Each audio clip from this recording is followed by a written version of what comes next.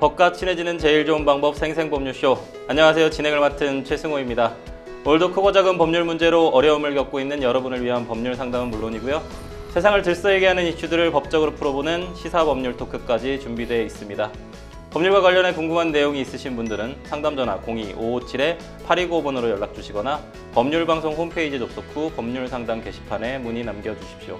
그리고 아래 하단에 보이는 이메일로도 상담 문의 받고 있습니다. 각 분야 전문 변호사가 무료로 성심성의껏 상담해드리니까요. 많은 참여 바라겠습니다. 지금 이 방송은 유튜브를 통해서도 실시간으로 함께 방송되고 있으니까요. 많은 시청 부탁드리고요. 유튜브를 통한 소통의 창구도 활짝 열어두겠습니다. 그럼 오늘 도움 주실 변호사님 소개해드리도록 하겠습니다. 법무법인 코리아의 이보미 변호사님 자리하셨습니다. 어서 오십시오. 안녕하세요. 법무법인 코리아의 이보미 변호사입니다. 네, 변호사님 오늘도 억울하고 답답한 분들에게 명쾌상쾌 통쾌한 상담, 유익한 상담 해주시길 기대해 보도록 하겠습니다. 그럼 오늘 접수된 상담 미리 살펴볼까요? 부당해고의 가정까지 깨려는 사장을 처벌하고 싶어요. 학폭 피해자로부터 가해자를 향한 모욕. 어머니의 재산, 이복 동생에게 나눠줘야 할까요? 의붓증 안에 혼인무효가 가능할까요? 이렇게 다양한 분야의 상담이 접수되었습니다. 잠시 후 변호사님과 함께 속 시원한 해결책 찾아보도록 하겠습니다. 시청자 여러분도 어떤 해결책이 제시가 될지 계속해서 함께 지켜봐 주시길 바라겠습니다. 생생법률쇼 첫 순서 판결록입니다. 뉴스와 신문에서 회자되곤 하는 화재 판결에 대해서 자세히 살펴보는 시간인데요. 변호사님 오늘은 어떤 내용, 어떤 판결 좀 준비해 주셨을까요? 네, 오늘은 배달 업무 중에 신호위반 사고로 숨진 배달 기사에 대해 법원이 업무상 재해를 인정했습니다. 네. 오늘 판결록에서는 이 내용에 대해서 다뤄보도록 하겠습니다. 네, 배달의 민족 같이 이제 네. 배달이 사실 대단히 많지 않습니까? 배달업에 종사하시는 분들이 상당히 많은데 배달 기사의 신호 위반으로 사고가 났다면 업무상 재해로 좀 인정받기는 어려웠을 것 같은데 우선 사고가 발생하게 된 좀 경위부터 들려봐 주실까요? 네, 배달기사 A씨고요. 예. 사망 당시 25살밖에 되지 않았습니다. 예. 네, 2022년 11월부터 23년 3월까지 23년 6월부터 사고일인 23년 9월 12일까지 배달 대행업체에서 배달기사로 근무를 했습니다.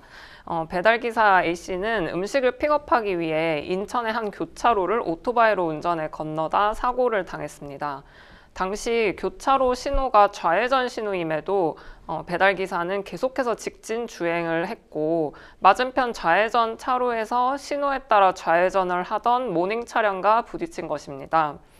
배달기사는 이후 병원으로 이송됐으나 비상파열로 인한 저혈량성 쇼크로 사고 이후 이틀 뒤인 9월 14일 사망했습니다. 신호 위반을 하기는 한 것 같고요. 사망 당시 좀 배달기사분의 나이가 겨우 25살이었는데요. 이제 막 사회생활을 좀 시작할 나이에 일어난 일이라서 좀 더 안타까운 것 같습니다. 그렇다면 유족급여가 승인되지 않으면서 사망한 배달기사의 가족들이 소송을 좀 제기를 한 건가요? 네, 맞습니다. 배달기사 A씨의 부모는 예. 이 사고가 업무상 재해라는 이유로 근로복지공단에 유족급여 및 장례비 지급 청구를 했으나 거부당했습니다. 근로복지공단은 신호위반이라는 A씨의 일방적 중과실로 인해 사고가 발생했다며 배달기사의 전적인 또는 주된 원인에 의해 발생한 사고에 해당해 업무상 재해로 볼 수 없다면서 유족급여 및 장례비 부지급 처분을 했습니다. 이에 배달기사의 부모는 소송을 냈고요. A씨의 부모는 재판에서 신호위반 과실이 고의성 내지 중대성 및 위법성 측면에서 산업재해 보상을 할 필요가 없을 정도의 범죄 행위에 해당한다고 할 수 없으므로 배달기사의 사망은 업무상 재해로 인정되어야 한다라고 주장했습니다. 그러니까 재판부는 좀 사망한 배달기사의 신호위반 행위가 사고의 직접적인 원인은 아니다 이렇게 판단을 한 걸까요? 네, 맞습니다. 재판부는 산재보험법 제37조 제2항 본문에서 규정하고 있는 근로자의 범죄 행위 또는 그것이 원인이 되어 발생한 사망이라 함은 근로자의 범죄 행위가 사망 등의 직접 원인이 되는 경우를 의미하는 것으로 근로자가 업무 수행을 위하여 운전을 하던 중 발생한 교통사고로 인하여 사망한 경우 해당 사고가 근로자의 업무 수행을 위한 운전 과정에서 통상 수반되는 위험의 범위 내에 있는 것으로 볼 수 있다면 그 사고가 신호위반, 중앙성 침범 등으로 일어났다는 사정만으로 업무상 재해가 아니라고 섣불리 단정하여서는 아니 되고 사고의 발생 경위와 양상, 운전자의 운전 능력 등과 같은 사고 발생 당시의 상황을 종합적으로 고려하여 판단해야 한다고 전제하고 비록 사고가 운전기사의 신호위반이 원인이 되어 발생한 사고인 점은 인정되나 이는 운전기사의 업무 수행을 위한 운전 과정에서 통상 수반되는 위험의 범위 내에 있다고 보이고 운전기사의 사망이 산재보건법 제37조 제2 2항 본문의 근로자의 범죄 행위 또는 그것이 원인이 되어 발생한 사망에 해당한다고 보기 어렵다며 근로복지공단의 처분은 위법하다고 판단했습니다. 상당히 좀 논란이 될 만한 판례인 것 같은데, 그러니까 고의범, 불법행위의 고의범만을 업무상 재해에서 빼겠다라는 뜻인 건지, 우리는 신호위반이나 중앙성 침범을 12대 중과실로 보고 있지 않습니까? 그러면 12대 중과실은 다 빼준다라는 건지, 이 판례가 미칠 사회적 파급력은 좀 상당할 것 같은데, 단순히 신호위반을 했기 때문에 업무상 재해가 아니다, 이렇게 판단할 수 없다는 취지로 읽히는데요. 재판부의 판단에 어떤 영향을 미칠 만한 좀 특별한 사정이 있었던 걸까요? 이 사실관계에 관련해서? 네, 일단 재판부는 예. 배달기사 업무 특성상 배달기사 이 A씨는 배달 지연 등으로 인한 고객의 불만이 발생하지 않도록 신속하게 음식을 배달해야 할 필요성이 있었다며 사업장의 사업주는 픽업 시간을 맞추기 위해 급히 이동하다가 이 사건 사고가 났다는 내용의 확인서를 작성해 근로복지공단에게 제출했고 동료 배달기사들 또한 배달 업무가 급박하게 이루어진다는 내용의 진정서를 제출하기도 했다고 밝혔습니다. 그러면서 사고 당일 운전기사가 32회의 배달 업무를 수행한 점 등을 볼 때 사고 당시 육체적, 정신적 피로가 상당히 누적된 상태에서 순간적인 집중력 또는 판단력이 저하된 상태에서 신호 위반을 해 사고가 발생했을 가능성이 높다고 판단했습니다. 또 비록 사고 당시 기상 상태가 맑고 건조한 상태였고 주변 도로가 평지의 포장 도로이긴 하나 운전기사가 진행하던 방향의 1차로에는 2대 이상의 차량이 정차하고 있었고 이들 차량이 시야 장애물로 작용했을 수 있어 망인이 반대 방향에서 좌회전하던 사고 차량의 진행을 순간적으로 인식하지 못했을 가능성도 있다고 부연했습니다. 그러니까 사망한 배달기사의 좀 과실이 조금 더, 그러니까 과실 사고인 가능성이 훨씬 더 높다라는 취지인데, 이 사건의 경우에는 좀 신호 위반에 의한 사고였는데 음주운전이나 무면허가 원인이 된 경우라도 업무상 재해를 좀 인정받을 수 있을지가 좀 궁금합니다. 일단은 저희가 법조항을 보면 37조 2항에서 말하는 범죄 행위는 원칙적으로는 형사법상 처벌 대상이 되는 행위를 의미를 합니다. 다만 이제 2항 단서에서 정상적인 인식 능력 등이 뚜렷하게 낮아진 상태에서 한 행위로 인한 경우에는 예외적으로 업무상 재해로 인정할 수 있다라고 규정을 하고 있는데 그렇다면 음주운전이나 무면허 운전이 과연 업무 수행 과정에서 발생할 수 있는 사정인지는 좀 따져봐야 할 것 같습니다. 지금 얘기하는 정상적인 인식 능력 등이 좀 뚜렷하게 낮아진 상태, 이거는 뭐 심신미약이나 최소한 심신 상실은 아니더라도 심신미약 상태 정도는 좀 들어가야 인정을 할 수 있지 않을까, 예외적으로. 근데 음주운전이나 무면허 운전 같은 경우는 고의범들이 좀 많지 않습니까? 그런 경우에는 조금 어렵지 않을까라는 좀 생각은 좀 드는데, 이번 판결이 좀 배달 노동자의 열악한 노동 환경을 인정하면서도 안전을 지키지 않는 빠른 배달이 개인의 문제가 아닌 구조적인 문제라는 점을 좀 지적하고 있다는 생각도 좀 드는데요. 변호사님, 이번 판결 어떻게 보셨을까요? 이 사회적 문제다 혹은 개인적인 일탈행위이다, 이런 부분 어떻게 보셨나요? 일단 판례가 지적을 하기를 사고 당일에 32번, 하루에 32번의 배달 업무를 수행하였는데 하루 평균 8시간 배달 업무 가정하면 1시간에 이제 4번의 배달 업무를 수행을 한 것이다 라고 이제 지적을 했습니다. 그래서 이와 같이 비정상적인 근무 환경에 노출된 근로자는 아무리 주의 의무를 다하더라도 이런 사고를 피할 수 없다는 사정이 있을 수밖에 없고요. 그래서 판례가 어쩌면은 이러한 부당의 현실에 조금 관심을 가져준 그런 판례가 아닐까 싶습니다. 비정상적인 좀 근무 환경에서 사고를 당하신 분들께서 산업재해가 인정받지 못하고 업무상 재해를 인정받지 못해서 보상을 좀 못 받는 현실들이 조금 많았습니다. 그런 상황에 조금 경종을 울린 판결이 되지 않을까라는 생각이 좀 듭니다. 조금 더 개선이 되기를 바라면서 지금까지 판결록 함께 했습니다. 여러분은 지금 생생법률쇼 함께하고 계십니다.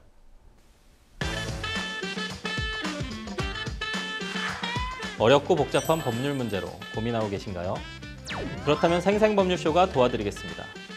생생법률쇼에선 민사, 형사, 가사 등 각 분야 전문 변호사들이 매년 800여 건의 법률 문제를 속 시원하게 해결해드리고 있는데요.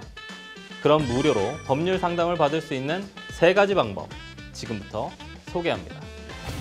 첫째, 02-557-8295번으로 전화해 법률 상담 신청을 한다. 둘째, 법률방송 홈페이지에 접속해 법률 상담 게시판에 사연을 올린다. 셋째, 지금 화면에 나오고 있는 이메일 주소로 사연과 연락처를 보낸다. 속 시원한 법률 상담 프로그램 생생법률쇼. 지금 바로 상담 신청하세요.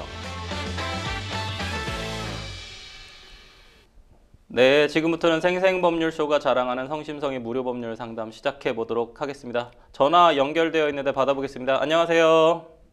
네, 안녕하세요. 네, 안녕하세요. 어떤 점이 궁금해서 연락 주셨을까요? 제가 남편이랑 같이 물고기 떡밥 만드는 공장에서 예. 배송 일을 하고 있었는데요. 예. 이달 초에 좀 별다른 이유 없이 제가 갑자기 해고를 당했거든요. 네. 그리고 작년 8월부터 일을 했는데 네. 8월 달이랑 3월 달 월급도 아직 못 받은 상황이고요. 네. 심지어 제가 그 사장이랑 남편이 대화하는 거를 통화 중에 우연히 듣게 됐는데 네. 그 사장이 제 남편한테 다른 여자를 뭐 소개시켜 준다면서 네. 저랑 뭐 헤어지라는 말까지 했거든요. 네. 그러고 나서 남편이 지금 저보고 집에서 나가라고 하고 있는데 아, 네. 사실 제가 그 결혼 생활을 한 지는 15년이 좀 넘었어요. 네. 근데 그동안 좀 믿음이 안 가는 일이 많기도 했고 네. 좀 폭언이나 폭행도 좀 간혹 있었고 해서 네. 혼인신고를 아직 안 네. 했거든요. 네, 사실혼 관계라는 말씀이시죠? 네. 네네. 근데 지금 이렇게 직접장애 3급 판정을 받은 아이를 키우고 있어요. 네. 그래서 남편이 이제 계속 저런 식으로 나오면 이혼을 할 수밖에 없을 텐데 예. 이런 상황에서 제가 양육비랑 위자료를 받을 수 있을지도 궁금하고요. 네네. 그 공장 사장한테도 이것 일에 대한 책임을 좀 물을 수가 있는지 그게 궁금해서 연락드렸어요. 네, 사연 잘 들었거든요. 옆에 이보미 변호사님 나와 계신데 인사 나누시고 상담 받아보도록 하겠습니다. 네, 변호사님 인사 나누시죠. 네, 안녕하세요. 네, 안녕하세요. 네, 사연 잘 들었고요. 지금 사연의 내용이 크게 3가지로 나눠볼 수 있을 것 같아요. 첫 번째는 그 물고기 떡밥 그 공장 사장님한테 부당 해고랑 임금 체불로 인해서 네, 지금 노동청에 신고를 할 건지 말지 이 부분이고요. 그리고 두 번째는 사실혼 관계에 있는 남편분에게 이혼을 청구를 하면서 위자료와 아이에 대한 양육비까지 청구할 수 있는지 문제되고, 그 다음에 이제 공장 사장이 이제 뭐 다른 여자를 소개시켜 준다고 한 부분에 대해서 손해배상 청구를 할 수 있을지, 이렇게 지금 문제가 되는 것 같아요. 일단은 네, 이렇게 정리를 하면 될까요? 네. 네, 그러면은 첫 번째로 그 공장 사장님에 대한 걸 좀 살펴보면요. 그 물고기 떡밥 공장이 일단 5인 미만의 사업장인지 또 한번 체크를 해야 되거든요. 거기 직원분이 몇 명이세요? 여기가 공장이라서 100명이 넘는 사람들이. 네, 그러면 뭐 이 부분은 고려될 사항은 아니고요. 네. 일단은 우리 그 근로기준법 23조에 보면은 어떤 직원을 해고를 하려면 정당한 이유가 있어야 돼요. 근데 지금 여기 질문지에 보면 주문이 안 들어온다 이렇게 이유를 그냥 말하면서 해고를 했다고 되어 있는데요. 그게 맞아요? 네. 그럼 다른 뭐 어떤 이유는 없나요? 주문이 안 들어와서 어떤 우리가 노력도 해봤는데 도저히 안 된다라든가 뭐 그런 말씀이 없으셨어요? 그것도 제가 그 하도 따지니까 그런 식으로 둘러댄 것 같고, 네. 어떤 특정한 이유 때문에 그랬는지는 정확히 말씀해 주시진 않으셨고. 그러면은 실제로 공장이 어려운 건 맞아요? 제가 볼 때는 그런 부분은 못 느꼈는데, 네. 그렇게 말씀하시니까 그런가 보다 했었거든요. 아, 그러면은 일단은 저희가 느끼기에는 어려운 것 같지는 않고, 그러면은 저희 말고도 다른 사람들도 혹시 해고 당했어요?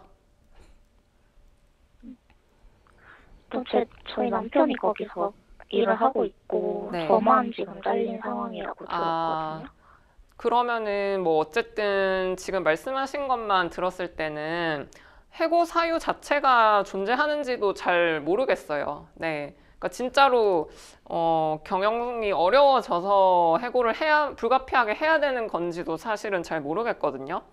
그러면은 일단은 저희는 뭐 이거 노동청에 신고를 1단계로 할 때 주문이 안 들어온다라는 이유로 해고를 당했는데 본인이 지금 느끼기에는 나 말고는 해고 당한 사람이 없고 남편도 계속 회사를 다니고 있기 때문에 그 이유만으로는 해고의 정당한 이유로 볼 수는 없다라고 주장을 해야 될 것 같고요.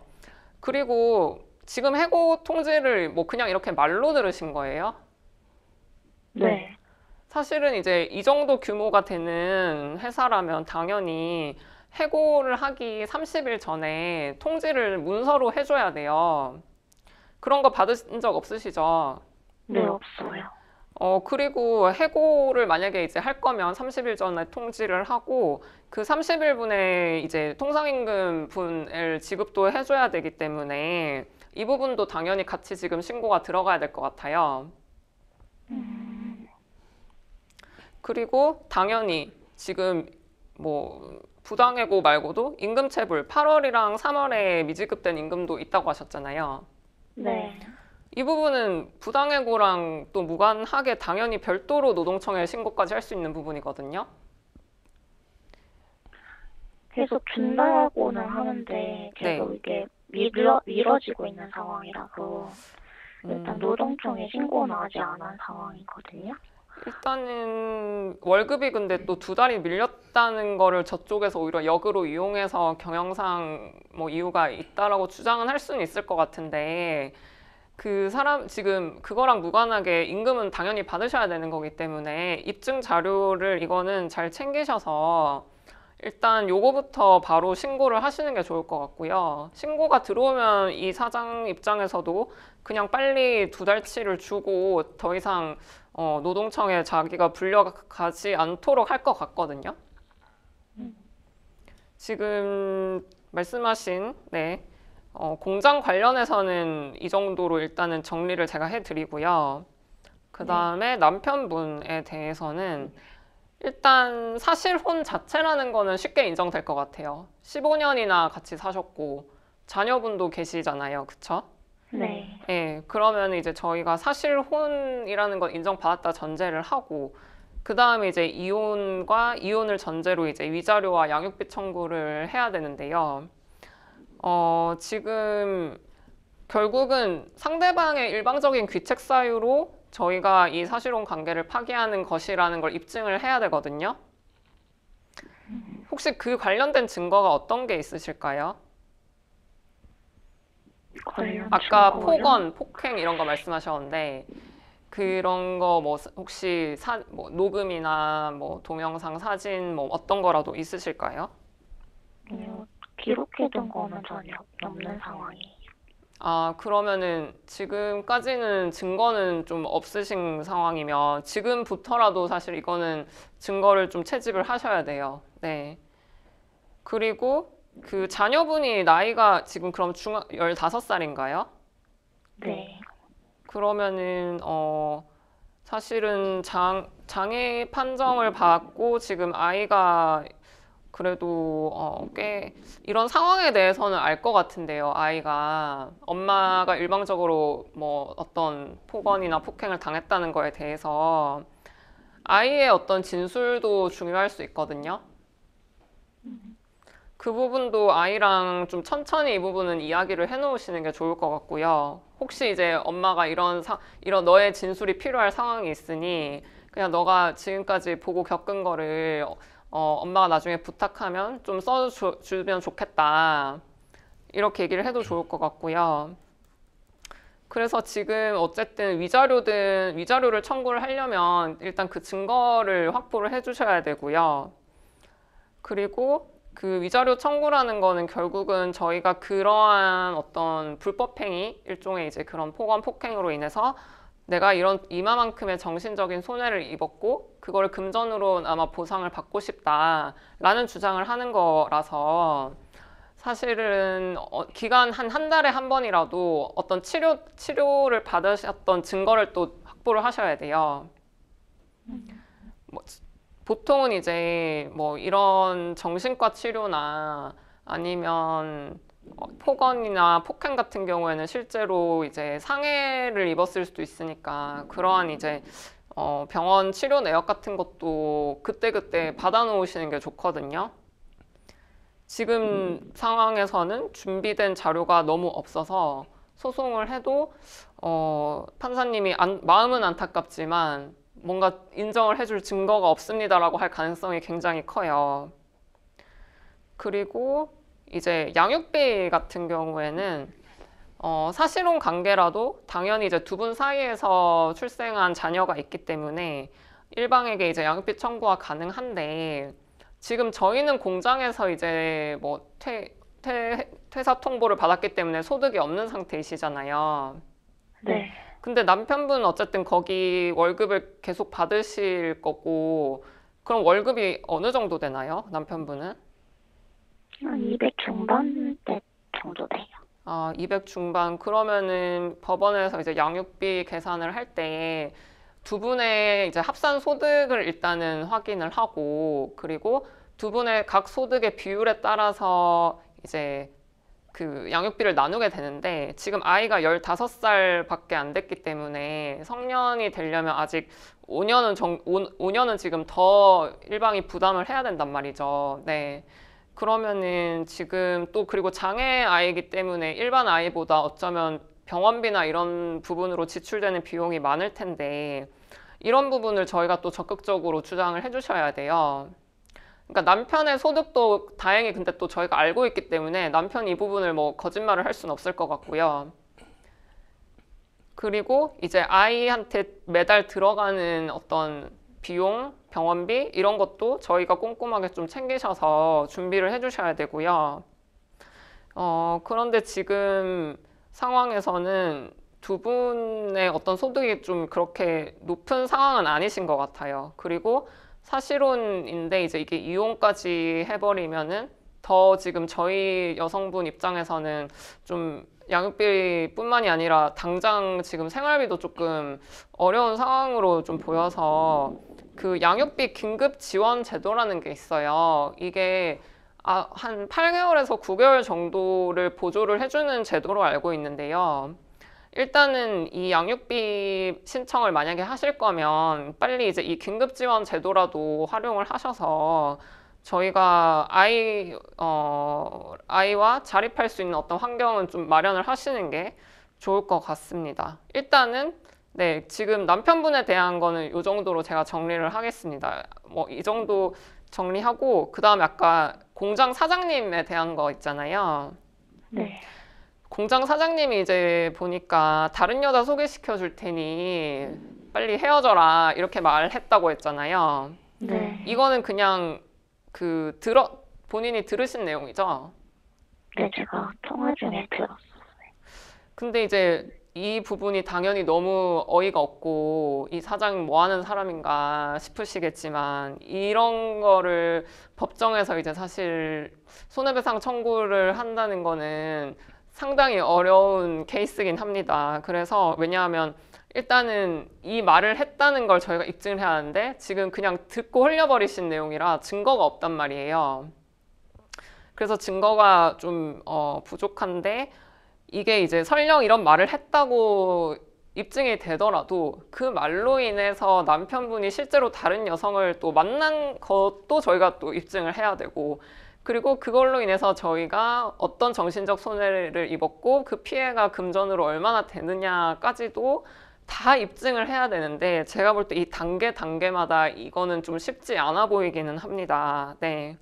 그래서 마음은 굉장히 이해는 하는데 이 부분 공장 사장한테까지 손해배상을 구하는 것은 현실적으로 좀 어렵지 않나 생각이 듭니다. 네, 진짜 상담자님. 그동안 생활비도 좀 못 받은 부분이 많았어요. 네. 네. 그래서 혹시나 양육비도 안 줄 것 같은 생각이 들어서 그렇게 되면 혹시 어떻게 해야 될까요? 일단은 법적으로는 양육비 지급 청구를 저희가 했고 판결이 만약에 났는데도 남편이 계속 두 달 이상을 안 준다. 그러면은 저희가 이제 그 집행을 할 수 있는 방법을 일단 바로 찾으셔야 되고요. 여기는 그 공장에서 월급이 나오니까 일단 최저 생계비 제외하고 나머지 뭐 100만 원 남짓한 돈에 대해서 압류를 거는 방법이 제일 확실할 것 같기는 해요. 네. 그리고 그 이외에는 이제 뭐 남편의 어떤 다른 자동차나 이런 재산까지도 좀 빨리 압류를 할 수 있는 방법이 있을 것 같고요. 네, 일단은 그 부분은 남편이 다른 재산이 뭐가 있느냐에 따라서 강제 집행을 하는 방법으로 확보해야 될 것 같습니다. 네, 상담자님. 네. 네, 혹시 궁금하신 점이 좀 해결이 되셨을까요? 네. 저희 아까 저희한테 보내주신 사실관계랑 조금 다른 게 하나 있는 것 같아서 하나 여쭤보면 혹시 그 아이가 남편분 사이에서 출생한 자녀인가요? 네, 맞아요. 두 분이서 출생한 자녀고 그러면은 그 이보미 변호사님 얘기해 주신 부분을 전체적으로 좀 종합해 보면 증거들이 지금 좀 많이 없는 상태인 것 같거든요. 그래서 네. 폭행이나 폭언 당한 부분들에 대해서 진단서나 어떤 좀 증거들이 좀 필요하다. 이 정도 좀 하고요. 저희가 전화 상담은 여기서 마무리하고 시간 관계상 마무리하고요. 저희 이보미 변호사님이랑 저랑 좀 얘기를 더 나눌 테니까요. 아마 도움 되실 것 같으니까 계속해서 시청해 주시면 감사하겠습니다. 네, 네, 전화 주셔서 감사합니다. 감사합니다. 네, 변호사님. 우선은 부당해고랑 임금체불이 된 거는 맞는 것 같아요. 네, 맞습니다. 그래서 근로기준법 위반으로 사장님을 좀 고소를 해야 될 것 같고 왜냐하면 지금 남편분은 계속 또 다른 네. 직원들은 또 다니고 있는데 100명이 넘는단 말을 했었거든요. 네. 그래서 그 직장에 100명이 넘는데 그중에 상담자님만 지금 해고를 당한 상황이고 해고 사유가 주문이 안 들어온다. 경영상의 사유는 좀 아닌 것 같은 상황으로 네. 좀 보이고요. 그래서 근로기준법 위반으로 우선은 노동청에 신고를 해야 될 것 같고 또 당연히 미지급된 임금이나 부당해고 관련된 부분은 뭐 복직 소송이나 이런 것들을 할 수 있겠죠? 네, 이 부분은 빠르게 좀 신청을 하셨으면 좋겠습니다. 네. 네, 8월, 3월 이 부분은 신청을 하면 예. 사실은 바로 어쩌면 받을 수 있는 부분인 것 같아서 네. 네, 늦출수록 저희가 뭐 더 후순위로 미뤄질 가능성이 커서 네. 회사가 진짜로 어려운 거라면 또 후순위로 네. 밀릴 수도 있다. 네. 근로감독관이 나와서 조금 빨리 조치를 할 수 있었으면 좋겠다 이거 같고요. 그다음에 사실혼 관계에 있는 남편이 사실 아직 부정행위를 저질렀는지 안 저질렀는지는 모릅니다. 그 네. 사장님이 뭐 다른 여자를 소개시켜 주겠다 이런 부분들은 증거로 확보된 네. 사실이 없으니까 그냥 듣기만 했는데 그 부분에 대한 어떤 실제로 부정행위가 발생을 했는지에 대한 부분은 없어서 만약에 증거가 없으면은 이혼 사유가 될 수는 없고 또 손해배상 청구를 뭐 사장님이나 아니면 사실혼 관계 남편한테 뭐 위자료 청구할 수는 없을 것 같고 근데 이제 아까 가장 주된 이혼 사유는 폭언과 폭행이 네. 있었다. 결혼생활 15년 동안 특히나 지적장애 상급인 자녀를 키우는 것도 상당히 힘든데 혼자서 아마 또 독방 육아를 하고 네. 계시지 않을까라는 좀 생각은 좀 드는데 이거 좀 어떻게 도와줘야 될까요? 아까는 이제 증거를 확보를 해야 된다라고 하셨는데 증거를 어떻게 지금부터는 녹음을 좀 주의 깊게 하셨으면 좋겠고요. 네. 그리고 그 진단서를 그때그때 바로 좀 네. 끊어 놓으셔야 나중에 반드시 이걸 증거로 제출하실 수가 있습니다. 네. 지금도 어쨌든 뭐 폭행을 당하면 진단서를 끊을 수 네. 있지만 정신적인 데미지만 맞습니다. 있는 상황이더라도 네. 정신과 상담이라도 좀 받아야 네. 될 것 같다라는 내용이고, 아까 결정적으로 좀 아이의 진술을 좀 증거로 활용해 보자라는 얘기를 네. 좀 하셨는데, 걱정되는 것은 이제 지적장애 상급이다 맞습니다. 보니까 네. 법원에서의 진술이 증거 능력이 있는가, 혹은 증거 능력이 있다고 하더라도 증명력이 좀 있는가에 대한 부분, 진술의 신빙성 관련된 부분에 좀 걱정되는 부분이 있는데, 네. 뭐 장애가 상급이니까 뭐 중증 장애는 아닙니다만 좀 걱정이 되는데요. 걱정이 저도 되는 부분이지만 그래도 없는 것보다는 네, 일부라도 제출을 하는 게 저희 사연자님께는 큰 힘이 될 것 같고, 예, 일단은 아무리 이제 뭐 상급 장애 아이라고 하더라도 예. 어떤 감정적인 거는 다 느낄 테니까요. 예. 그런 부분은 충분히 증명력을 법원에서도 인정해 줄 가능성이 있다고 봅니다. 네. 네, 알겠습니다. 변호사님께서 다양한 방안들 좀 제시를 해줬는데, 상담자님께서 아무쪼록 원하시는 원만한 좀 결과를 얻으셨으면 좋겠습니다. 저희는 전원 상담 여기까지 마무리하도록 하겠습니다. 여러분은 지금 생생법률쇼 함께하고 계십니다. 어렵고 복잡한 법률 문제로 고민하고 계신가요?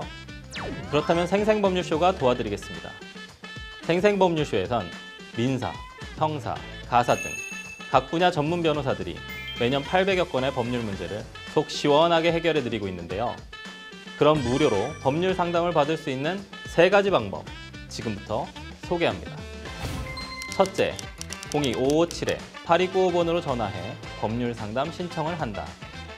둘째, 법률방송 홈페이지에 접속해 법률 상담 게시판에 사연을 올린다. 셋째, 지금 화면에 나오고 있는 이메일 주소로 사연과 연락처를 보낸다. 속 시원한 법률 상담 프로그램 생생법률쇼, 지금 바로 상담 신청하세요.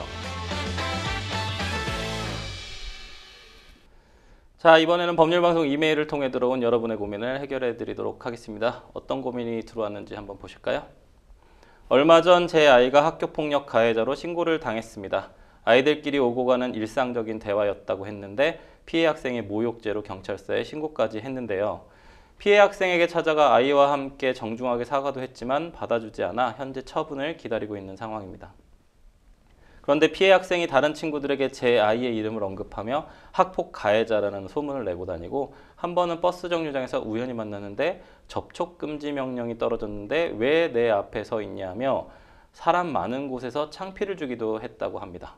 그로 인해 제 아이는 정신적으로 많이 불안해하고 있고 요즘은 친구들과도 잘 어울리지 못하고 있는데요.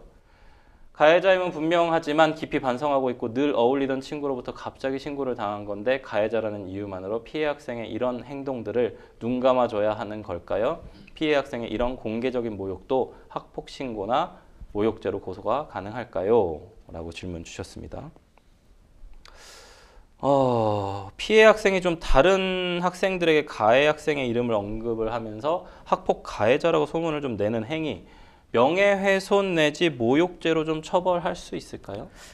일단은 사연에서 볼 때는 예. 아직 처분이 나오지도 않았는데 예. 학폭 가해자라고 이제 네. 비난을 했기 때문에 네. 이 부분은 허위 사실에 의한 명예훼손 그리고 모욕죄도 충분히 성립할 수 있다고 봅니다. 네. 하지만 이제 처분이 나왔고 만약에 공공의 이익을 위해서 아이들이 뭐 주장을 했다 이러면 또 위법성 종합 사유를 상대방이 주장할 수 있을 것 같습니다. 네, 뭐 피해 사실을 네. 그냥 얘기했을 뿐이다. 네. 그게 이제 공공의 이익에 해당된다면 위법성 조각 사유가 될 수 있다. 피해 학생이 가해 학생을 공개적인 장소에서 비난하거나 모욕을 주는 행위는 좀 또 다른 형태로의 학교 폭력에 좀 해당하느냐를 좀 궁금해서 질문 주셨거든요. 네, 사실 요즘 이런 경우가 굉장히 많은 것 같고요. 네. 그래서 저희 사연자분께서도 공개된 장소에서 비난이나 모욕을 당했다면 별도의 이제 학교 폭력 사안으로 신고를 하시는 게 좋을 것 같습니다. 그리고 형사 고소도 이 부분은 가능합니다. 그렇군요. 모욕죄로 경찰에 신고가 된 학교폭력 사건의 경우에 일반적인 학교폭력 사건과 처리 절차가 좀 다른지 그게 궁금합니다. 네. 학교 폭력 사안이 별도로 이제 진행되는 것은 아니고요. 예. 학교 폭력은 학교 폭력대로 교육청 심의위원회에서 진행이 되고 네. 고소권은 경찰에서 따로 진행이 됩니다. 네. 그런데 이제 둘 중 한 곳에서라도 저희한테 유리한 자료가 확보가 되면 다른 쪽에도 빨리 제출하시는 게 좋을 것 같습니다. 두 개가 따로 별도로 진행된다라고 말씀을 해주셨고, 학교 폭력 사건에서 최종 처분이 좀 나오기 전이라면 피해 학생의 과도한 행동에 대해서 학교 측에 좀 조치를 요청할 수 있는 게 있는지 좀 궁금한데요. 일단은 저희가 맞폭 신고를 하셔야 이런 조치를 요구할 수 있는 근거도 생깁니다. 일단은 학교폭력예방법 17조 1항 2호는 예. 피해 학생 및 신고 고발 학생에 대한 접촉, 협박 및 보복 행위를 금지하는 조치를 규정하고 있는데 네. 이거는 이제 조치이기 때문에 사전 조치는 또 아닙니다. 네. 그래서 처분이 나오기 전에 이제 접근 금지를 원하신다면 민사상 접근 금지 가처분을 고려를 하셔야 되고요. 네. 그런데 이제 이거를 신청을 하려면 지금 당장 나한테 어떤 위험이 발생할 우려가 있다는 거, 그리고 현재 과거의 침해뿐만이 아니라 현재에도 지금 침해가 계속되고 있다는 거를 입증을 좀 잘 하셔야 합니다. 현재 침해가 계속되고 있다라는 부분 입증을 해야 된다. 현재 상담자님의 자녀분께서 피해 학생의 언행으로 인해서 정신적으로 좀 많이 불안해하고 있는 상황인데요. 피해 학생의 부모에게 좀 책임을 묻거나 이를 좀 중재할 수 있는 방법은 없을까요, 변호사님? 지금 사안에 보면은 예. 피해 학생의 사과도 받아주지 않는다고 네. 하시니까 상대방이 순순히 중재에 응하지는 않을 것 같습니다. 예. 그래서 이제 마폭 사건의 처분이 저희한테 만약에 유리하게 나온다면 그거를 근거로 이제 별도 위자료 청구 소송을 할 수는 있을 것 같습니다. 결국에는 마폭을 좀 네. 해야 된다. 네. 신고를 좀 해야 된다. 현재 모욕죄에 대한 경찰 처분을 좀 기다리고 있는 상황인데요. 평소 같이 어울리던 친구 사이에 이런 오가던 일상적인 대화라도 모욕적인 언행이 있었다면 처벌로도 좀 이어질 수가 있는지, 좀 어떤 처분을 좀 예상해 볼 수 있을까요?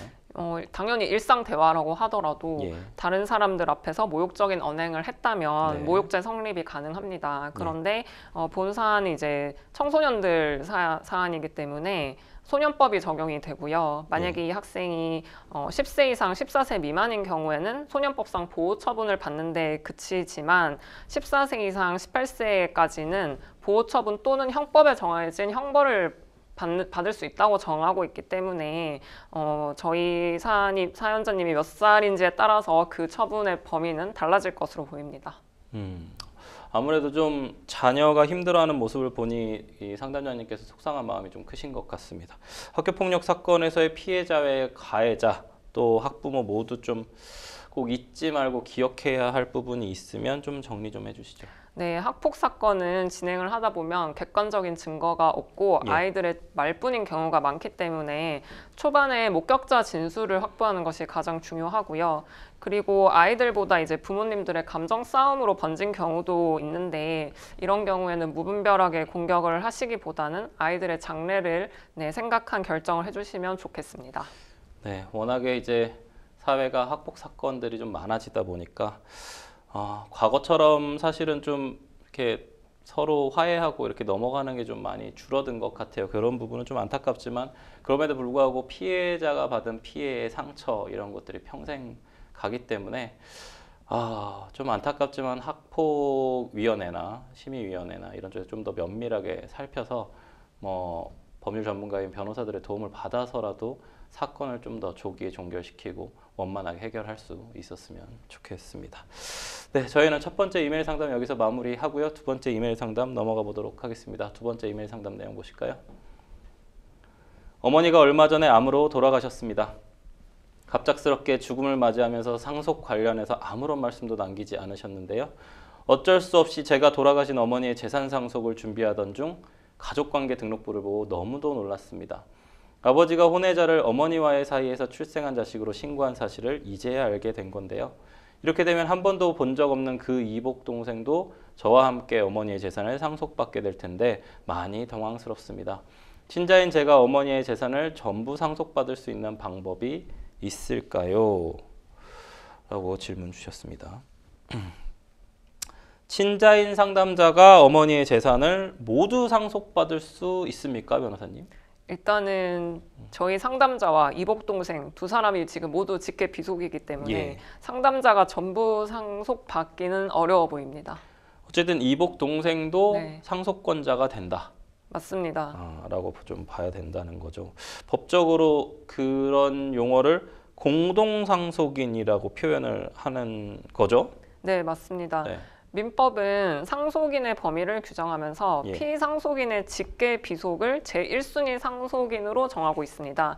이때 직계 비속은 혼인 중에 출생 자녀, 혼인 외 출생 자녀, 입양 자녀를 모두 포함하기 때문에 이복 형제 자매도 피상속인의 직계 비속으로서 동등한 상속권을 가집니다.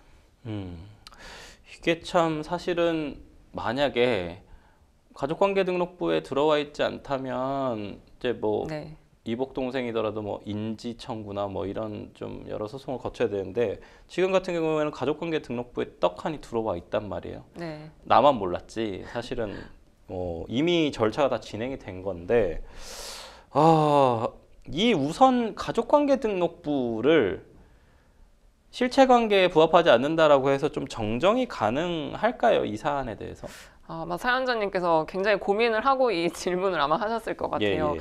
그런데 안타깝게도 가족관계 등록부를 이 정정을 통해서 친자관계가 부정되는 것은 아닙니다. 네. 왜냐하면 가족관계 등록부 정정은 법률상 허가할 수 없는 거, 기재에 착오나 누락이 있는 경우 또는 그 행위가 무효임을 명백한 때만 가능하기 때문에 이미 법률상 유효한 친자관계에 있는 이복동생을 등록부에서 배제하는 것은 정정 사유 자체에 해당하지 않습니다. 네. 그래서 상속권은 그대로 남아 있는 겁니다. 예. 그러니까 이 지금 사안을 보면 네. 어머니 아버지가 사실 가족관계 등록부에 올려준 거잖아요. 네. 입양도 아닌 것 같아요. 그렇죠? 지금 내용 중에 보면 출생 신고를 한 거라고 네. 한다면 이미 정당한 이제 자녀가 돼버리는 거죠. 맞습니다. 그렇다면 좀 궁금하긴 합니다. 이게 어머니가 낳은 건 아니시죠? 이 사안은. 네, 아버지가 이제 아버지가, 데리고 온 예, 자녀를 밖에서. 어머니 동의하에 네. 뭐 올려 놓은 것 같습니다. 네. 가족관계 등록부에 지금 올린 상황이니까 사실상 친자관계이기 때문에 뭐 정정 신청이라는 건 말 그대로 뭔가 오기가 네. 되어 있거나 뭔가 잘못되어 있는 것들에 대해서 바꾸는 거고 사실관계에 대한 인정 여부에 대해서 다투려면 뭔가 친생자 부존재 확인해서 뭐 맞습니다. 이런 것들을 네. 좀 해야 될 것 같은 상황인데요. 만약에 소송을 하게 될 수 있는지는 좀 모르겠습니다만 소송을 만약에 하게 되면 어떤 것들을 좀 준비해서 어떤 소송을 좀 해야 될까요, 변호사님? 이 경우는 이제 이복 동생이지만 결국은 상속권이 있기 때문에 예. 그냥 일반적인 가족들 간의 관계라고 보셔야 되고요. 그래서 예. 상속재산 분할 협의를 일단 진행을 하시고 그 네. 과정에서 본인의 기여분이 내가 더 크기 때문에 더 많이 받아가야 된다라는 정도로 주장을 하시는 게 좋을 것 같습니다. 네. 그래서 이제 특별히 내가 더 부양을 많이 했다 또는 내가 더 재산의 유지, 증가에 기여를 많이 했다 네. 이런 부분을 증거로 주장을 하셔야 되고요. 서로 이제 가족들끼리 협의가 안 되면 법원에 이제 소송으로 가셔야 할 것 같습니다. 실제로는 친생자를 부인할 수 있는 가능성은 거의 제로에 없다고, 가깝고 공동 상속인으로 들어가서 상속재산 분할 협의에서 좀 더 유리한 위치를 좀 점해야 될 것 같은데 그러려면 특별히 부양하거나 재산 유지 증식한 왜냐하면 계속적으로 지속적으로 부모님을 좀 봉양하면서 살았으니까 그 부분에 대해서 기여분을 좀 주장을 해서 좀 더 많은 상속재산을 분할받을 수 있는 쪽으로 가야 할 것 같다까지 말씀해 주셨습니다. 아무쪼록 상담자님께서 이 사안 잘 해결하셨으면 좋겠습니다. 저희는 두 번째 이메일 상담 여기서 마무리하고 세 번째 이메일 상담 넘어가 보도록 하겠습니다. 세 번째 이메일 상담 내용 보실까요? 결혼정보업체를 통해 동갑인 아내를 만났습니다. 서로가 한눈에 반해 서둘러 결혼식을 올렸는데요. 그게 아무래도 실수인 것 같습니다. 지금 생각해보면 처음부터 아내의 의심이 심했는데요. 아무 일도 아닌데도 아내는 제게 다른 여자가 있을 거라고 의심을 했고 한 번은 일이 늦게 끝나 전화를 못 받은 적이 있는데 전화를 30통 이상 한 적도 있었습니다. 신혼여행지에서는 업무상 연락을 받고 있었는데 아내는 여자가 아닌지 의심했는데요. 이제 결혼한 지 넉 달이 됐는데 매일 계속되는 아내의 의심에 너무너무 힘이 듭니다. 아내는 의부증이 틀림없는 것 같습니다. 결국 저는 아내에게 헤어지자고 했는데요. 아내는 바로 집을 나가 친정으로 들어갔습니다. 그리고 말도 안 되는 일이 벌어졌습니다. 아내가 저 몰래 구청에 혼인신고를 했다는 겁니다. 더 이상 아내와 함께 살 수 없는데 어떻게 하는 것이 좋을까요? 라고 질문을 주셨습니다. 그러니까 이게 지금 사실혼 관계였는데 아내 혼자서 가서 네. 이혼할 것 같으니까 혼인신고를 해버린 그런 사안인 네. 것 같습니다. 아내의 행동이 좀 의부증으로 좀 볼 수도 있을 것 같은데 어떻게 보시나요? 일단 의부증이라고 하면 예. 배우자 행동을 감시하고 네. 통제하려는 것, 또 그리고 증거 없이 배우자 외도를 의심하는 것을 의미를 하긴 하는데요. 예, 예. 다만 이제 남편을 의심할 만한 증거가 하나라도 있다면 단순히 의부증으로 치부하기는 또 어려울 것 같습니다. 네. 근데 뭐 지금 사안에서는 좀 어떨지 모르겠는데 의처증, 의부증의 경우 좀 이혼 사유가 될 수 있나요? 지금 뭐 며칠 전에 뭐 이렇게 사망 사건도 있지 않았습니까? 네. 네. 일단은 민법 제840조 제6호에서 혼인을 계속하기 어려운 중대한 사유로 이혼 사유를 정하고 있는데요. 법원은 위 6호의 사유에 대해서 부부간 애정 상실, 불치의 질환, 사실상의 별거, 알코올 중독, 의처증, 의부증, 마약 중독 등을 혼인을 계속하기 어려운 중대한 사유로 인정을 하고 있습니다. 6호 사유에 들어가는군요. 네. 남편의 의사도 좀 묻지 않고 혼인신고를 혼자서 한 아내 어떻게 해야 할까요? 일단은 혼인의 합의가 명백히 없는 경우에는 민법 제815조 제1호에 따라 혼인 무효 사유에 해당합니다. 네. 근데 사연자님께서는 분명히 헤어지자고 통보를 했는데 네. 상대방은 그때 또 친정으로 갔단 말이죠. 네. 그러면은 상대방은 나도 이제 너랑 혼인 의사가 없다라는 네. 거를 밝혔다고 봐야 합니다. 네. 그런데 그 후에 또 혼인 신고를 몰래 했기 때문에 네. 이 부분은 혼인 무효 사유로 충분히 주장을 할 수 있을 것으로 보입니다. 아니 근데 결혼식 할 때는 혼인 의사가 있었지 네. 않습니까? 그러니까 이거는 혼인 의사는 있고 이혼의 네. 의사가 이혼은- 있다고 좀 봐야 되지 않을까라는 좀 생각은 좀 드는데 그럼 혼인 무효나 혼인 취소 소송은 좀 가능할까요? 일단은 그 본인이 일단 이것도 결국 증거 싸움일 것 예, 같습니다. 네, 혼인 의사가 없다는 걸 밝혔고 예. 그 부인도 이제 친정으로 떠나면서 그거를 명백하게 했다면 네. 혼인 무효 사유가 될 것 같은데 변호사님 말씀대로 네, 네. 이게 또 결혼식을 올렸기 때문에 맞아요. 혼인 의사의 합치를 또 확인을 했단 말이죠. 네. 그러면은 또 성혼 선언문도 네. 읽었을 테니까요. 그러면은 또 법원에서는 네. 이거를 무효 사유로까지 볼지는 또 약간 애매해지는 것 같습니다. 그럼 결국은 그렇게 되면 무효나 취소는 안 되면 또 이혼 네. 청구를 해야 되는 상황일 네. 수 있겠군요. 그렇다면 이 상황에서 일방적으로 혼인 신고를 한 아내를 상대로 위자료 청구가 좀 가능한지 이게 네. 좀 궁금한데요. 결국 위자료라는 거는 이제 네. 혼인 파탄의 책임이 아내에게 있다는 걸 저희가 입증을 해야 되는데요. 네. 결국 아내의 의부증이 아무런 근거 없는 의심에 불과하고 이로 인해서 더 이상 신뢰관계가 회복되지 않는다라는 것을 주장을 하셔야 되고요. 예. 그럼에도 일방적으로 혼인 신고를 했다. 이로 인해서 더욱이 신뢰관계가 파탄이 되었다라는 네. 것을 입증을 하시고 이로 인해서 정신적 피해 그리고 어떤 정신과 치료 진단 내역서까지 입증을 하시면 예. 위자료를 인정을 받을 수 있을 것으로 보입니다. 얼마 전에 의처증이 있었던 남편이 3개월 만에 신혼부부였는데 아내의 목 졸라서 살해를 한 사건이 있었습니다. 그래서 그 장모님이죠. 그러니까는 네. 딸의 어머니가 얼굴을 공개하면서까지 맞습니다. 예. 사위를 처벌해달라 이렇게 했는데 사실 의처증, 이후증이 너무 심하면 이혼을 하는 것이 맞는 것 같거든요. 마지막으로 좀 상담자님한테 좀 조언 좀 한 말씀 해주시죠. 네, 상담자님이 본인이 어쨌든 의부증이라고 느끼실 정도이기 때문에 단순한 사안은 아닌 것 같고요. 예, 이 부분은 입증을 하셔서 법적으로 조치를 좀 취했으면 좋겠습니다. 오늘 상담 여기까지 마무리하도록 하겠습니다. 생생법률쇼 오늘도 마칠 시간이 다 됐는데 오늘 함께 해주신 이보미 변호사님 감사합니다. 법률 상담 참여 방법 다시 한번 알려드리겠습니다. 상담 전화 0257-829번으로 연락 주시거나 법률방송 홈페이지 접속 후 법률 상담 게시판에 문의 남겨주십시오. 각 분야 전문 변호사가 무료로 성심성의껏 상담해드리니까요. 도움이 필요하신 분들은 주저 말고 연락 주시길 바랍니다. 오늘 순서는 여기까지입니다. 시청해주신 시청자 여러분 감사합니다.